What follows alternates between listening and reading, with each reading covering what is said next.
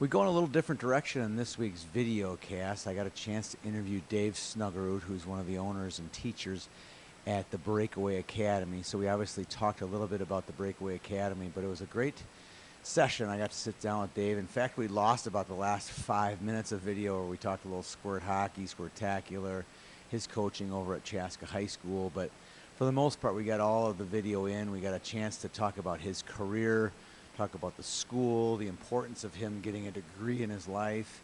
Talked about his 20-year teaching degree career before starting the academy. Talked about a few students in the video. I got a couple shots of those guys shooting pucks and doing some drills. It's a really good video. It is pretty long, but we just had to keep rolling. There were so many good questions and so many good things to talk about kids in Minnesota and how they are gaining Division I stardom and taking several different paths to get there. So hope you enjoy the video. It's a little long, but at the same time, there's a lot of information in there. A huge shout out to Dave for spending some time with us. I had a blast talking to him. He's one of the great players that Minnesota has ever had, and it's not just because he's a great hockey player and had a great career, but he's been a great teacher. He's given back to the game as much as he's gotten out of the game. So thanks to you, Dave, and thanks to all the guys, Jesse, Andy, and Dave over at Breakaway Academy. Good luck to you guys the rest of the year. Welcome to this week's video cast. We're at Breakaway Academy. I'm lucky to have Dave Snuggerud. In case you haven't heard of him, Dave is a former NHL player. We're going to talk about his path as well, but he played for the Gophers, and he's also was lucky enough to represent the United States in the Olympics in 1988. Welcome aboard, Dave. Glad to have you here. Thanks, Tony. It's good to be here. This is going to be a lot of fun. You should have seen us trying to get ready for this one. We're trying to pack a whole bunch of fun stuff into a 5 to 10 minute video. We're going to have a blast here. Let's first start talking about a little bit about the school. You're one of the owners of the school, but besides being a dumb jock, you are also a pretty good school teacher. Talk about your past being a teacher and how you led into starting off the Breakaway Academy with Brink and Willis. Well, not to go way back, but the goal has always been a school teacher. I got to work a practicum project when I was in high school. And when I was working that practicum, I was working with some special eds or special need kids in the Minnesota area. And after that experience for 6 weeks, I was like, I know what I want to do with my life. I want to be a school teacher. So that was decided when I was in high school. And then funny thing, this hockey thing kept on, I don't want to say getting in the way, but it kept on having more opportunities from the hard work that I learned. And when it all really made sense to me was I was at the University of Minnesota and I signed a pro contract with Buffalo, and it was the summer of '89, and I was going back to school when all my buddies were out hanging out and having some fun, and I was walking on my way to class going, what am I doing? Why am I going to school? I got money in the bank and things are well. And it just all made sense to me that, you know what, this hockey thing's not going to last forever. So I was trudging my way to school, sat my fanny down in the classroom, sat in the front row and listened to the lecture and finished my class with an A and walked out with a diploma. But it took me 10 years to graduate From the U? From the U, yeah. I was doing some stuff in between there. Oh yeah. I went to the U as well, and I always, had athletes in my class, Willie Burton and those guys. I'm like, why are you in class right now? You're going to be a millionaire, But all these guys finish and they get their degrees, and it's a fascinating experience just to hear that story. Like, why am I finishing? I know lots of friends that came back and they finished and they got their degree. It's almost as good a goal as making it at the professional level is to earn that college degree. I have conversations with Brian Leach, who was with the Rangers for a lot of years, and he has a lot name dropper, by the way. All right. He has a lot of money in the bank and he's really happy. But you get to stories like, okay, what am I going to do today? You can only play golf so many days. And the goal is really, if you go out and earn that degree, it still earns those opportunities of chance out there. Leach was BC, wasn't he? Yeah, he graduated from Boston College. And so you always want to be able to get those chances because the hockey only lasts for so long. It's fun. It's a great experience, and it's a wonderful goal to try to obtain that. But really, life expectancy is 5 years in the NHL. And so you're looking from 20 to 25 or whatever, 25 to 30. We can live to we're 80 now. Right. So you got to figure out something to do in the next 50 years. And having money in the bank is good. but being able to accomplish something, do some things, and earning that diploma allows you some more Right. opportunity. So tell me about your teaching. You got done with the NHL and you went back to teach. Yeah, I Tell me a little bit about teaching. Where did you teach? What did you teach? That kind of thing. Yeah, I ended up finishing the University of Minnesota in 94. Like I said, I graduated from high school in 84, so it took me 10 years to graduate, and I got into teaching right away. And I was a teacher over in the YHH schools for 20 years, and I've always taught at the middle level. And they've bounced me around a little bit, did a little language arts, a little bit of math, and I kind of got molded into the science, which is a really fun class to teach. A little acid rain talk? Yeah, well, yeah, we talked I got about a little acid rain the last time I was here. Yeah, I did a little bit of history too with the Yeah. British, and Right. what's fun about teaching the social studies, it's all about storytelling, and that's always kind of fun to do in front of the kids. They're not sitting there reading a page or doing worksheet after worksheet. You're telling stories about history, and the kids always find history as a favorite one. Doing the math is very difficult because it's black and white, it's step by step, and that makes it very difficult to teach. But and then there's the science is the best because it's all hands-on. So Right. that's where I've kind of landed myself. We do the physical science, so we get a chance to talk about sound waves. We get a chance to talk about chemistry and how molecules move. We talk about motion and force, and all those kind of fun things. And a lot of the science applies to the hockey. Right, and then you've done that. We've documented a little bit, but tell me about some of the experiments you guys are doing with hockey and science on the ice, off the ice, and just kind of getting them to think a little bit about that. Yeah, it's a great connection because the science is related strictly to motion and force, and the hockey, excuse me. And so what we end up doing, we have to teach kids how to conduct a science experiment. It's very elementary, but that's a standard set by the state of Minnesota, is learning how to conduct a science experiment. So the kids have to come up with a question. And we pose our questions to something hockey specific, meaning which type of flex in your stick is going to give you the hardest wrist shot. Or we're going to look at what type of shot will give you the hardest shot, whether it be a slap shot, snap shot.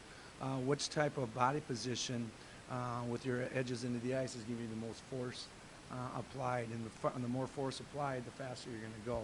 So they come up with these inquiry questions, and then we look at the different variables, what's going to affect it, maybe more snow on the ice.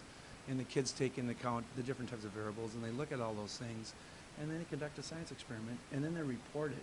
And the best part about it, Tony, is that when they report it, your audience is other hockey Right. players, and they're learning from their peers about, wait a second here, I got to go get myself a different type of a stick, or I got to use a different type of skate, or I got to sharpen my skates a certain way. So they're engaged and learning about yeah. motion and force, and so it's a win-win for everybody. We were in a science class and we somehow got the thing to marketing, and Dave brought me in and he was like, well, tell them about this claim that this thing is going to get you more goals, you know, and all the kids believed the marketing, and then I had to go in and dispel the fact that the marketing doesn't work as a marketing guy. Well, that's what you're good at, Tony. You're good at the marketing, and you had to say, that's not what we're after. And we look at all different kinds of areas. But, what engages these students is athletics and sports. Yeah. And we can talk about it. And we're a traditional type of school here at the academy with licensed teachers. So our math teacher is a 15-year teacher in the YHH schools as well. But he can incorporate, he's a Packer fan, so he can incorporate a lot about the football, and Sure. there's a little bit of fun going on. But then there's a lot of discipline within our kids. And so when it's time to work, they get it. When it's time to have some fun and talk a little bit about what you're interested, they get it. And so it's a good connection between our licensed teachers along with our student body here at the academy. All right, let's talk about your path from high school hockey player in Hopkins, youth hockey player in Hopkins, through high school, through juniors, through the U, through the Olympics, and then obviously to the NHL. Let's talk about your path and what that kind of learning experience was. I guess learning experience is a good way to put it, because I was lucky enough to play at every level all the way up, meaning I did play on some B teams in the youth. I did play high school hockey. I had a chance to play in the USHL. It's not like I had a scholarship right away after high school. I had to go play some junior hockey with the old Minneapolis Junior Stars. Temco Yeah, Junior Temco, Stars. yes. I'm aging myself Yes, there. Yeah, and so I had a chance to play with them, and we were getting on the bus rides, going and playing in Des Moines and Waterloo, which is really good for me to experience, to see if I really wanted to play hockey and do the commitments that you have to do to be successful. And I was fortunate enough to play at the University of Minnesota. Let me backtrack here. Where did you start when you started? I ran into a former teammate of yours, And he said Snuggy was like fourth line, barely hanging on for dear life when he got there. Yeah. But yeah. by the end, he Yeah. just kept scoring goals, and they had to put him on the first line. Well, you know, when you're 17, you know everything. Right. Right. And my coach, Dean Talifas, did not agree with that. He said, "Snug, you don't know everything." And in fact, he said, "You know what? You know nothing. In fact, it's time for you to go home." So Really? Yeah. He said, "This is not a good fit."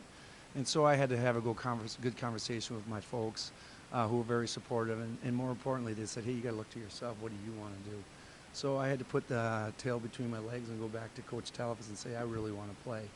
And he taught me how to play the game of hockey. Dean Talifas was an unbelievable coach, very knowledgeable, and most importantly, he was caring. And he took the time to make me a better hockey player.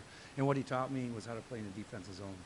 That's Yeah. what he really taught me. So I was kind of out of hockey there for a few weeks, and he allowed me the opportunity, and so I had to kind of listen to what the coach had to say, and it made a lot of sense. Those teams they were loaded with Division I players. I mean, it was special teams. Those. Yeah, you know that USHL is a special league. It's a great option for a lot of kids that want to continue on. And not only the kids, they find out if they can make it, but if they find out they can't, they're playing great hockey when they're going to Division III.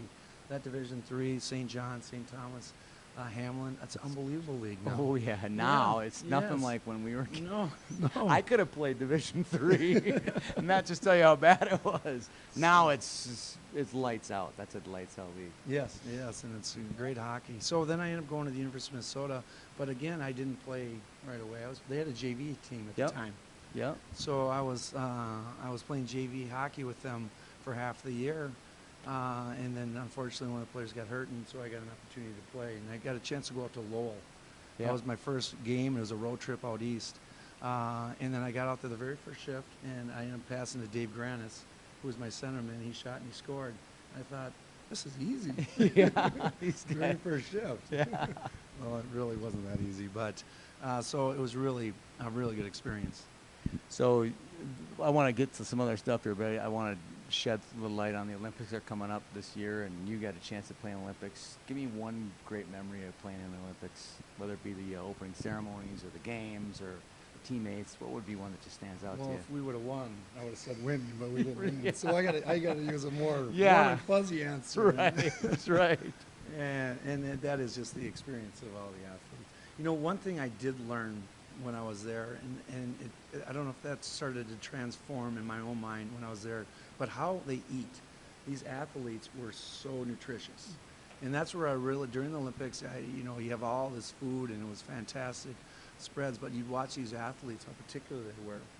I'm like, why are they eating so well? And it made sense because these were the elite athletes who were, and we're talking about the winners, not the Jamaican bobsled team Right. or anything like that. These guys, the way they conducted their diets was really intriguing to me. Especially wanting to be a school teacher, I was watching what they're eating, and I was taking a lot of notes. And so that's one of the things that really stood out to me, as crazy as that sounds, because I wanted to learn.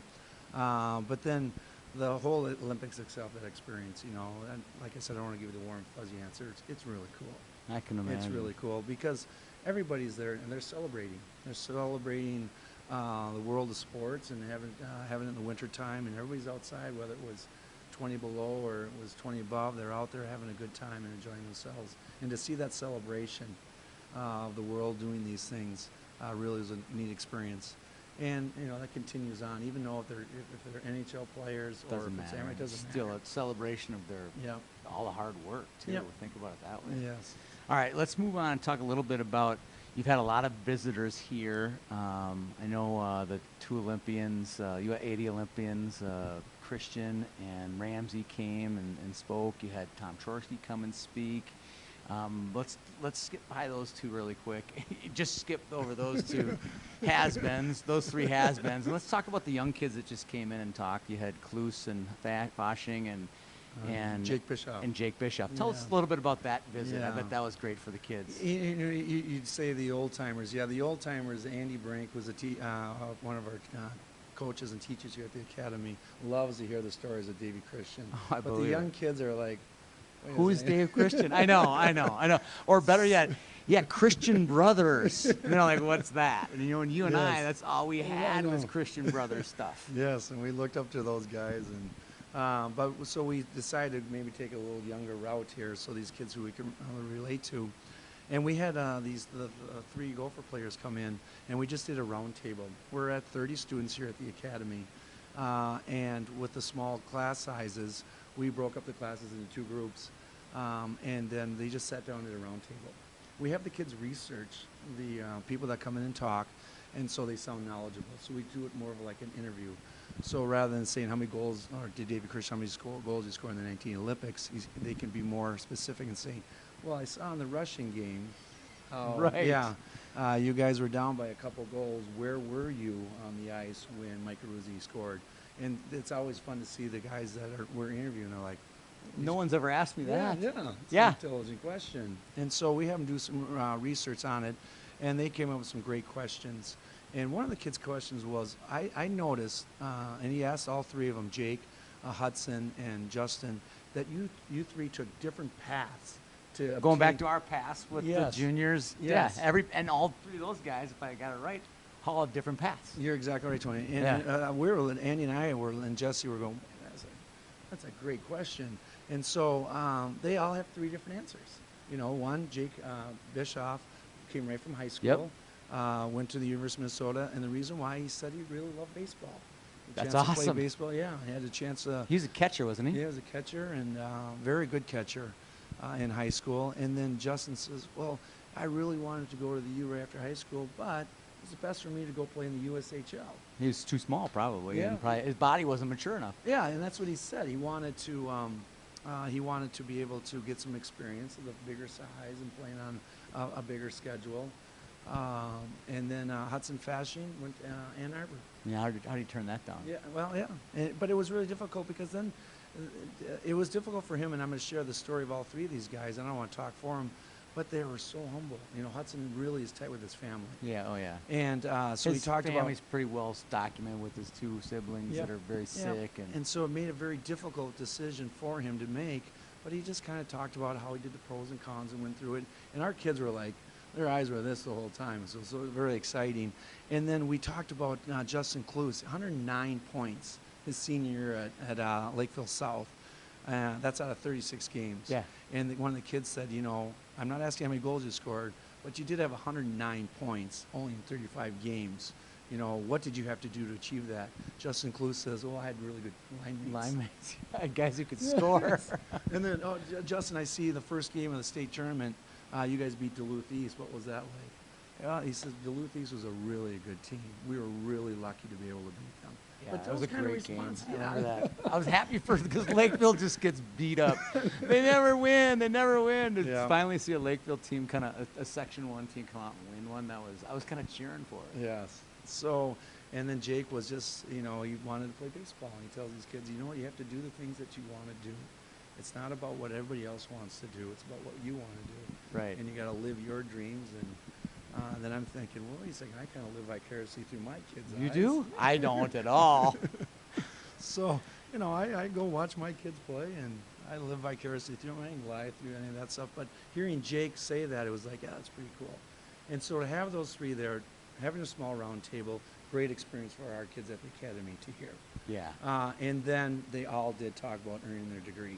There was no bones about it. All 3 of them said they wanted to play in the NHL. Yeah, that way we talked Yeah. about that. Yeah.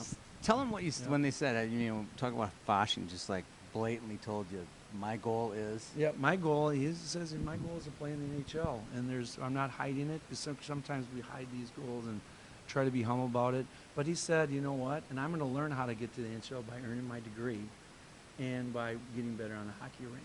Right. Because that's just, he's talked about learning a good work ethic, keeping yourself busy, keeping your schedule on task where you don't have a lot of free time. Justin talked about a little bit of free time can hurt you. I believe it. Yep. And so they just said, we're just going to stay busy. And all 3 of them said they want to earn their degrees at school. That's Which cool. we love It's a hearing good at the story. academy. Yeah, it that's was great. really neat. It was really All right, neat. let's talk about a couple of the rising stars here at the academy. A couple of guys that I follow and have seen and really stood out and found out they're students here. Like, get your opinion on them, both as students and as athletes. Big kid from Chaskatchan that I like, Blaine Warner. Talk about Blaine a little bit. Yeah, here's a kid who has big size as a young player. It's really hard to talk about 11, 12-year-old No, I know. in terms of But how if you've great ever they're seen going to a be. slap shot before, you want to start talking about it. Well, I've seen a slap shot, and you know what? He's got the biggest smile every time he walks into the academy. And I don't want to give the warm and fuzzies again, but all the other students are kind of attracted to his positive, great-natured person that he is. Constantly walks out of the classroom every day, and it's seriously, thanks, Mr. Snuggerud. It was a good lesson. It's like, well, it wasn't that good. Right, it could have been better, right? That's right. And but Blaine, big, strong kid on the ice, knows how to use his body. I compare him to back to my day and age, and Adam Creighton, who learns how to puck protect. We had a chance to go down and watch the Minnesota Wild early in the year with the academy, and we got to interview some of the players. And one of the questions that Blaine asked them is like, "What did you have to do to be a good player?" And the response was, "You have to be a good puck protector." You know, here I'm thinking a goal scorer or defensive mind of. The player said, I want to have to be really good at puck protection. And Blaine's kind of looked at that, and he's been really good at protecting the puck. And it makes it hard to take the puck away. So little things like that these kids are picking up on has really helped the academy as far as how to teach these kids to be great athletes and great students. So Blaine's been fantastic. Let's talk about one more. We mentioned Rhett at the last video with Jesse. I'm really impressed with the way he skates and the way he plays, but I know he's also a pretty good kid. Former teammate of yours, his son. Let's talk about a little bit about your relationship with Lance and Rhett and him as a player and student as well. Well, it's funny. You went with a player that's probably 6 inches smaller. Here we went with somebody big and Blaine Warner. With the small, the small and the red. Right. So, and that's great because size doesn't matter. No, this kid doesn't play small at all. No, he doesn't. And he brings passion to the game. I'm sure Jesse talked about him in the last video, how he's out there continuously working. But that stems from Dad. Dad is I got to play with him at the University of Minnesota. He runs a great online program now in Sweet Hands. But the reason why he runs a good program, because he learned how to work. And he learned how to work as a youth. He came through Cooper. Yeah.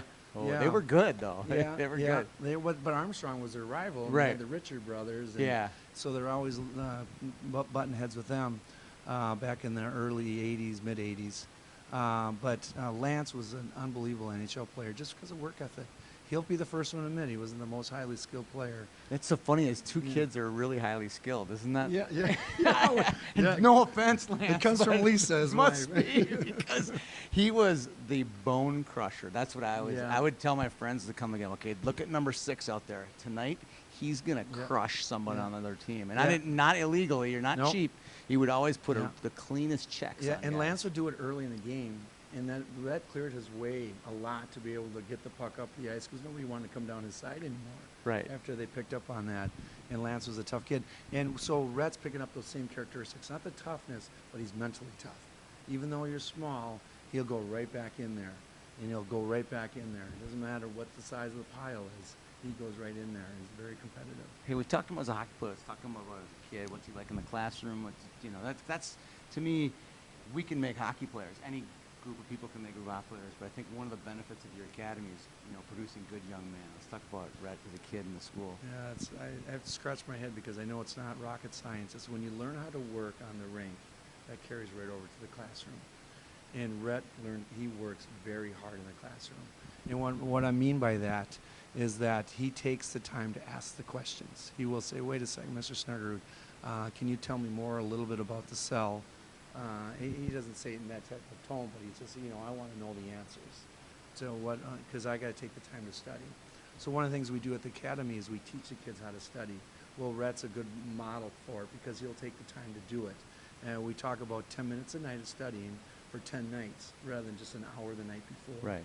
So it's just like going to shoot pucks. You can't just go ahead and shoot pucks in 1 hour and become great. You have to do it for maybe 10 minutes for the 30 days. Right. And so it's a preparation. And so we relate that here at the academy. How do you study for tests? Well, we're going to prepare 10 days in advance for this test. We just can't come in the night before. How do we prepare to become a good hockey player? Well, it takes 10 nights in advance to do that. And that's the discipline. So Rhett displays that to a T. He'll practice, he'll practice, he'll practice, and then come test time, he does well. And it's no rocket science. That's why this happens. Right.